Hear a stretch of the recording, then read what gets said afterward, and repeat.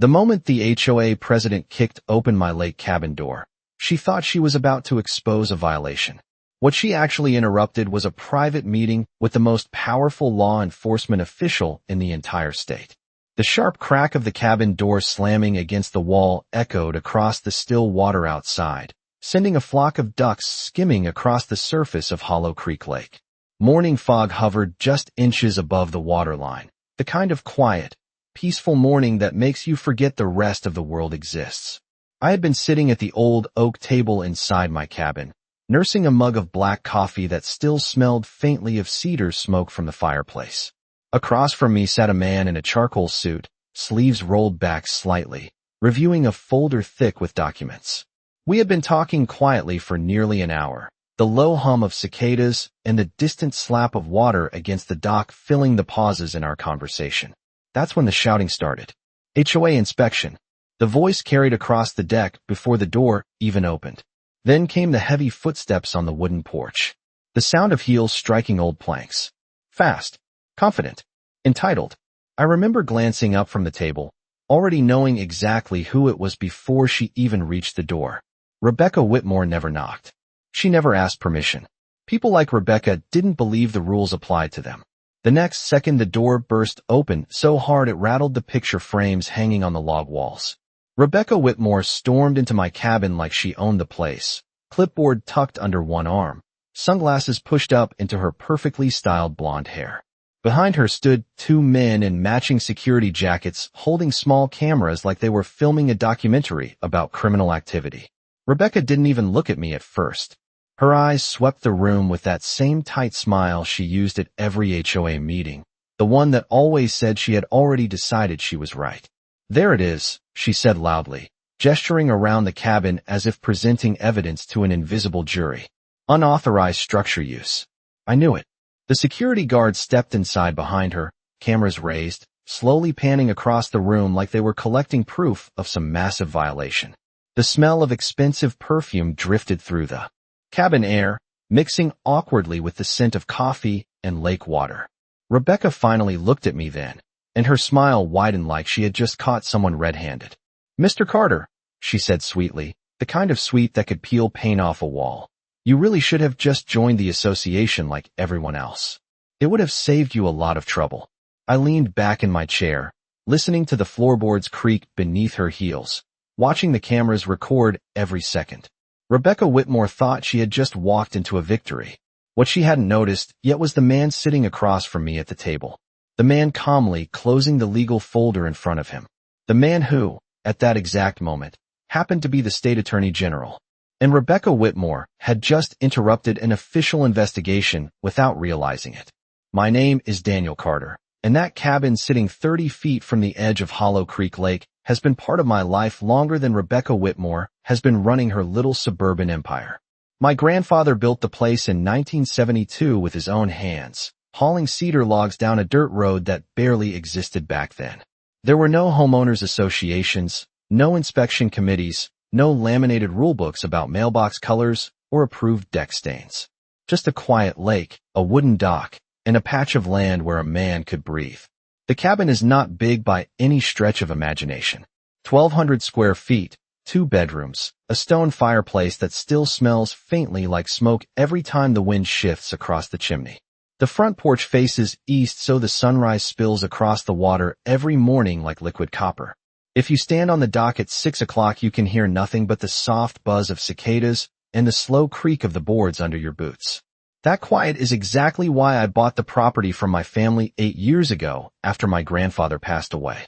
I live in Austin during the week working as a civil engineer, but that cabin has always been the one place where the noise of the city cannot reach me. For the first few years, Hollow Creek stayed exactly the way it had always been. A handful of lake houses scattered along the shoreline. Old fishing boats tied to wooden docks.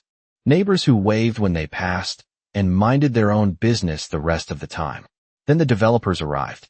Within 3 years, the south side of the lake transformed into something that looked more like a luxury resort brochure than a lakeside community. Perfect sidewalks, decorative stone gates, identical houses with perfectly trimmed lawns, and identical white fences stretching down the shoreline. That development called itself Hollow Creek Estates. And with it came the Homeowners Association. The first time I met Rebecca Whitmore was at the gas station about 10 miles down the highway. She was wearing tennis whites and sunglasses that probably cost more than the outboard motor on my fishing boat. She introduced herself like a politician shaking hands during campaign season. President of the Hollow Creek Estates Homeowners Association. Real estate broker. Community improvement advocate. She spoke in that polished voice people use when they believe they are explaining something obvious to someone who simply does not understand how the world works. According to Rebecca, my cabin was a problem. Not because it was illegal, not because it was unsafe, but because it did not match the image her development was trying to sell. Rustic, she called it the first time. Outdated the second time.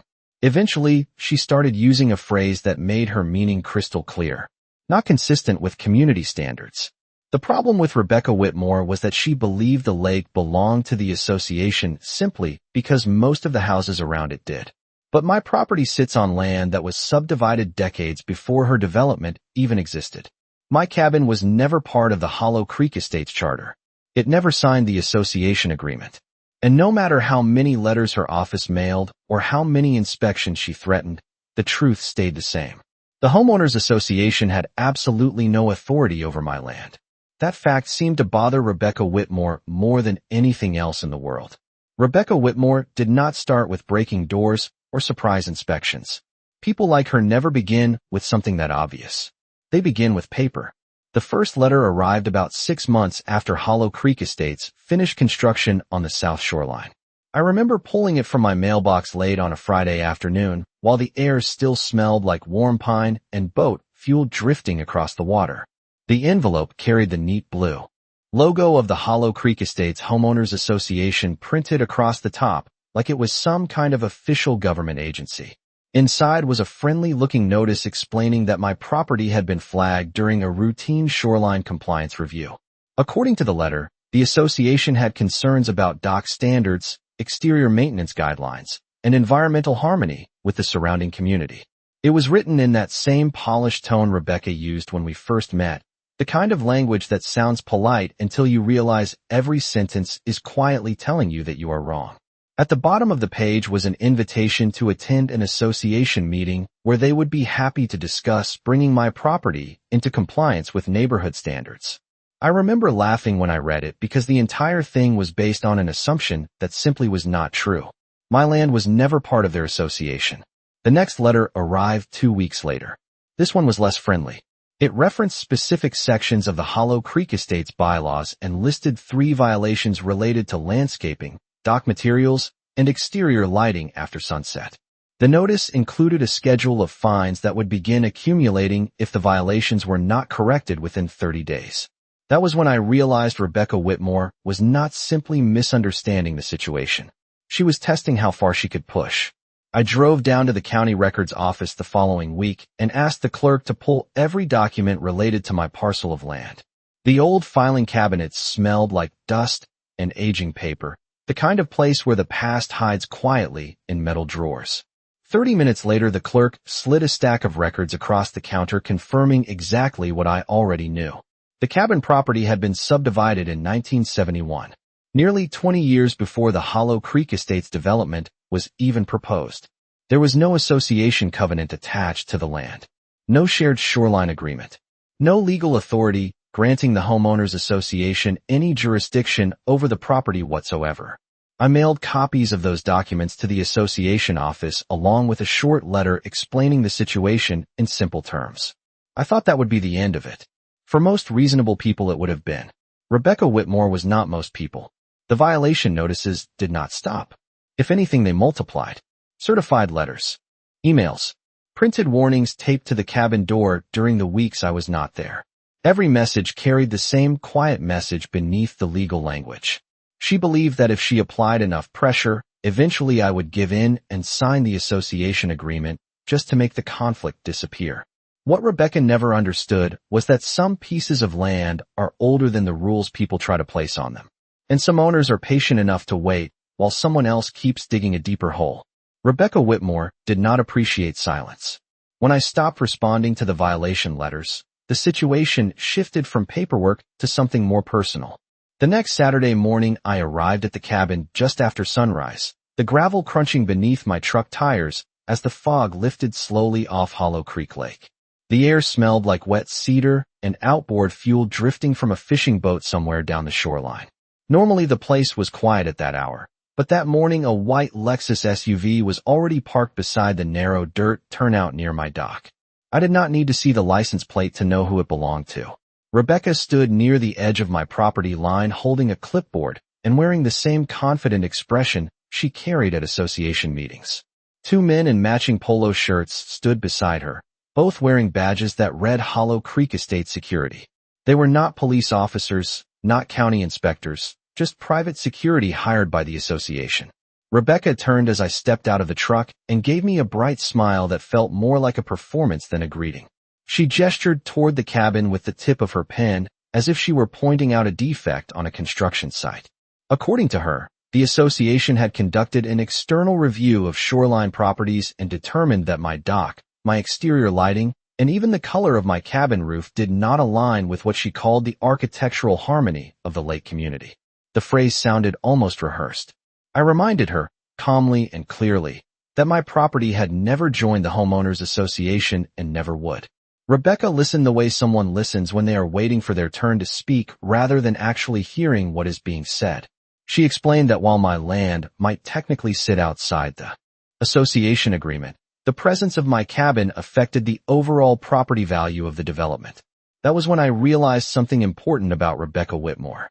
She did not think of the lake as a shared space with different owners. In her mind, the entire shoreline was a product she was selling to potential buyers. Every house, every dock, every view across the water was part of that sales pitch. And my old cedar cabin did not fit the brochure. After that morning, the visits became more frequent. Sometimes she would appear alone, walking the shoreline with a camera like she was documenting evidence for a trial that only existed in her imagination. Other times she arrived with one of the security guards, standing near the property line while pointing at my dock or measuring something with a tape measure. I always watched from the porch with a mug of coffee in my hand, letting her take as many photographs as she wanted. The funny thing about people who believe they are in charge is that they rarely notice when they start stepping farther than the law allows. Every visit, every photo, every official notice taped to my door was quietly creating a record of her behavior. Rebecca believed she was building a case against my cabin. In reality, she was building something very different. By the time summer rolled around, Rebecca Whitmore had turned her attention from letters and photographs into something she called enforcement. The word started appearing in bold letters at the top of the notices she kept sending to the cabin.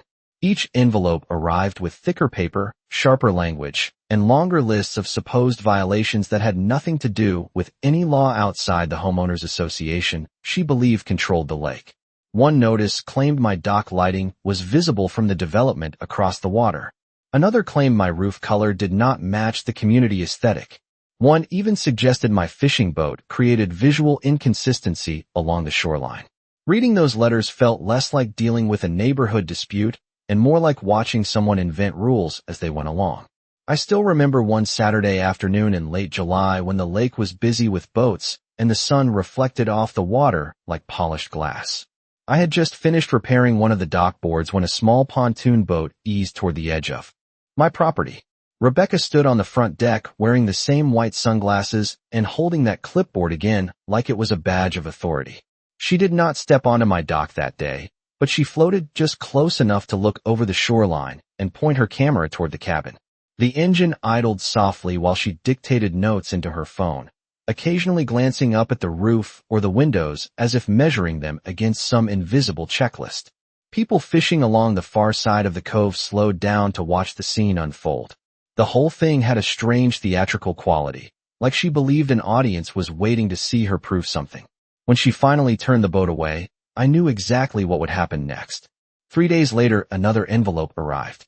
This one carried a printed warning stating that the association had documented continued noncompliance and would begin escalating enforcement measures. The letter suggested that if I refused to cooperate voluntarily, the homeowners association would pursue legal options to correct what they described as an incompatible property. I read the sentence twice because the wording revealed something important. Rebecca was not trying to enforce rules anymore. She was trying to create pressure. The goal was simple: If she could make owning that cabin difficult enough, eventually I would give in and sign the association agreement just to make the conflict disappear. A lot of people would have done exactly that. But the cabin was not just a weekend property to me. It was family land, older than the subdivision and older than the rules she was trying to impose on it. So instead of arguing with her or responding to the letters, I began documenting everything. Every envelope went into a folder. Every notice taped to the door was photographed. Every time Rebecca or her security guards appeared near the property line, I recorded the date and time in a notebook that stayed on the kitchen table. I even installed a small camera on the corner of the porch that quietly captured the shoreline and the dock. Rebecca Whitmore believed she was slowly tightening control over a property that refused to follow her rules. What she did not realize was that every step she took was leaving a very clear trail behind her, and sooner or later that trail was going to lead somewhere she did not expect. The folder on my kitchen table kept getting thicker as the weeks passed. Every envelope from the association went inside it. Every printed warning. Every photograph Rebecca Whitmore took while standing just outside my property line. At first the collection felt almost ridiculous, like I was building a record for an argument that should never have existed in the first place. But the longer the situation went on, the clearer it became that Rebecca was not going to stop simply because she was wrong. Some people do not recognize boundaries unless someone with more authority points them out. Late one evening near the end of August, I was sitting on the porch watching the last of the sunlight fade across Hollow Creek Lake when my phone buzzed on the wooden table beside me. The message came from an old college friend named Michael Davenport. Michael and I had shared a dorm hallway back at the University of Texas before life carried us into very different careers. I went into civil engineering and spent my days designing infrastructure projects.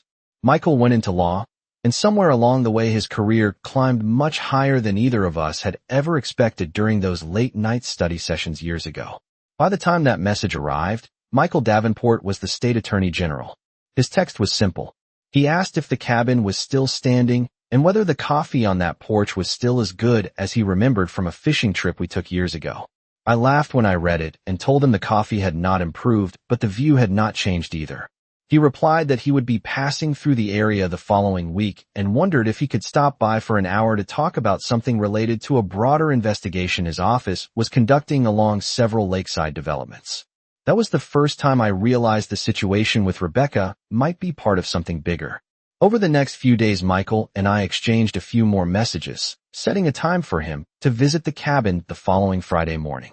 I mentioned the ongoing dispute with the Homeowners Association mostly as a joke, describing the stack of letters and warnings that kept appearing in my mailbox. His response was brief but thoughtful. He asked me to keep every document and not to throw anything away. When Friday morning arrived, the lake was quiet again, the water smooth as glass, and the air cool enough that the smell of cedar drifted through the open cabin windows. Michael arrived just after 8 o'clock in a simple sedan that looked nothing like the official vehicles people usually associate with state offices. We sat down at the oak table with 2 mugs of coffee while a light breeze moved across the dock outside. I slid the thick folder of letters across the table so he could look through it. Page after page of notices, warnings, and photographs taken by Rebecca Whitmore and her security team. Michael read quietly, occasionally raising an eyebrow as he moved from one document to the next. What Rebecca never understood while she was collecting her own evidence was that someone else was collecting a much clearer picture of how far she was willing to push her authority. Michael closed the folder slowly and rested his hands on the table for a moment, staring at the last letter Rebecca Whitmore had sent like he was measuring something that was not written on the page. Outside the cabin windows, the lake was completely still, the kind of calm water that reflects the sky so perfectly it almost looks like a second horizon. The smell of fresh coffee mixed with cedar and the faint scent of lake water drifting through the open screen door. For a while neither of us spoke. Then Michael leaned back in his chair and let out a quiet breath that sounded halfway between a laugh and disbelief. He said he had been hearing versions of this same story from several lakeside developments across the state during the past year. Homeowners associations expanding their authority well beyond what their charters allowed, using pressure and intimidation to force independent property owners into agreements they were never legally required to sign. Most people eventually gave in simply because they did not want to spend months fighting paperwork and legal threats. That was exactly what Rebecca Whitmore had been counting on. Michael turned another page in the folder and pointed at a photograph Rebecca had taken of my dock from the shoreline. The date stamp showed it was captured from inside my property boundary, not from the water or the public easement. He raised one eyebrow slightly when he saw it. Then he flipped to another document where the association had taped a warning notice directly onto the cabin door during one of the weeks I was in Austin. He tapped the page with one finger and said something interesting about that as well. What Rebecca had been calling enforcement was starting to look a lot like unauthorized entry. The longer he studied the documents, the more the picture came together. The letters, the inspections, the security guards appearing on private property, the official warnings claiming authority that the association did not actually possess. Michael finally closed the folder and slid it back across the table toward me. He told me that situations like this rarely stop until someone with real legal authority forces the issue into the open. Then he glanced toward the porch where the small camera mounted near the railing quietly recorded the shoreline and the front door. He asked whether the camera had been running during some of Rebecca Whitmore's visits. I nodded and told him it had captured nearly every appearance she made near the cabin during the past month. Michael gave a slow, thoughtful nod as he stood and walked toward the window overlooking the dock. The morning sun had climbed higher now, lighting the lake in bright silver reflections. Boats moved slowly in the distance, leaving long, gentle wakes behind them. He said something that stuck with me. People who believe they are in control often make their biggest mistakes when they think no one important is watching. Rebecca Whitmore had spent months trying to force a problem into existence at my cabin. What she did not know was that the next time she decided to step onto my property, someone far more qualified than a homeowners association president might be there to see it happen. The lake looked calm that morning, the kind of quiet that makes you believe nothing unusual will happen all day. Sunlight rolled across the water in long silver streaks, while the wooden dock creaked softly under the breeze. Inside the cabin, Michael Davenport sat at the oak table with the folder of documents still open in front of him, reading one page again while the smell of coffee drifted through the room. I was standing near the porch window watching a fishing boat glide slowly across the far side of the cove when I heard something that did not belong to the peaceful morning. Tires on gravel. Not the slow, careful sound of someone parking to enjoy the lake. Faster. Confident. Familiar. I did not even need to look outside to know whose vehicle it was. The engine shut off, and the sudden silence felt heavier than before. Then came the sound of footsteps on the wooden porch. Sharp heels striking the old planks in quick, impatient steps. A voice followed immediately, loud enough that the words carried straight through the screen door. Rebecca Whitmore had arrived with the same authority she always carried, as if the entire shoreline existed under her supervision. She announced that the association was conducting an official inspection related to ongoing violations and that she expected full cooperation from the property owner. The door handle rattled before I had even moved from the window. Then the door pushed open and Rebecca stepped into the cabin like she was entering an office she owned. Two of the same security guards followed her, each holding a small camera pointed toward the room. Rebecca's sunglasses rested on top of her hair, while her clipboard was already open in one hand. She scanned the room with that practiced expression she always used during association meetings, the one that said she had already decided how the story would end. The cameras slowly swept across the walls, the fireplace, the windows facing the lake. Rebecca began speaking in a steady voice that sounded rehearsed, listing violations connected to lighting, dock use, and exterior maintenance, while the guards continued recording everything. She had spent months preparing for a moment like this. In her mind, she was finally proving that the cabin had ignored association authority long enough. What Rebecca Whitmore never noticed during those first few seconds was that I was not the only person inside the room. Michael Davenport remained seated at the table, quietly watching the scene unfold while Rebecca walked deeper into the cabin. The folder of documents sat directly in front of him along with a simple leather badge holder resting beside his coffee mug. Rebecca kept talking as she moved toward the table, explaining that the Homeowners Association had the right to verify compliance and document property conditions. She finally paused when she noticed Michael standing up from his chair. For the first time since entering the cabin, her confident expression hesitated slightly. "Michael," picked up the badge holder from the table, and placed it calmly beside the stack of association letters Rebecca had spent months sending. His voice stayed steady and polite when he spoke. He explained that she had just entered private property during an active legal meeting and that the Office of the State Attorney General had been reviewing documents related to shoreline authority disputes. The cameras held by her security guards continued recording, but the room suddenly felt very different from the confident inspection Rebecca had imagined. Rebecca Whitmore's confident smile did not disappear immediately. At first, she simply stared at the leather badge resting on the oak table like it was another piece of paper she intended to argue with. The security guards behind her kept their cameras raised, though their movements slowed as the room grew noticeably quieter. Outside the cabin, the lake breeze pushed softly against the screen door, carrying the distant hum of a passing fishing boat somewhere across the water.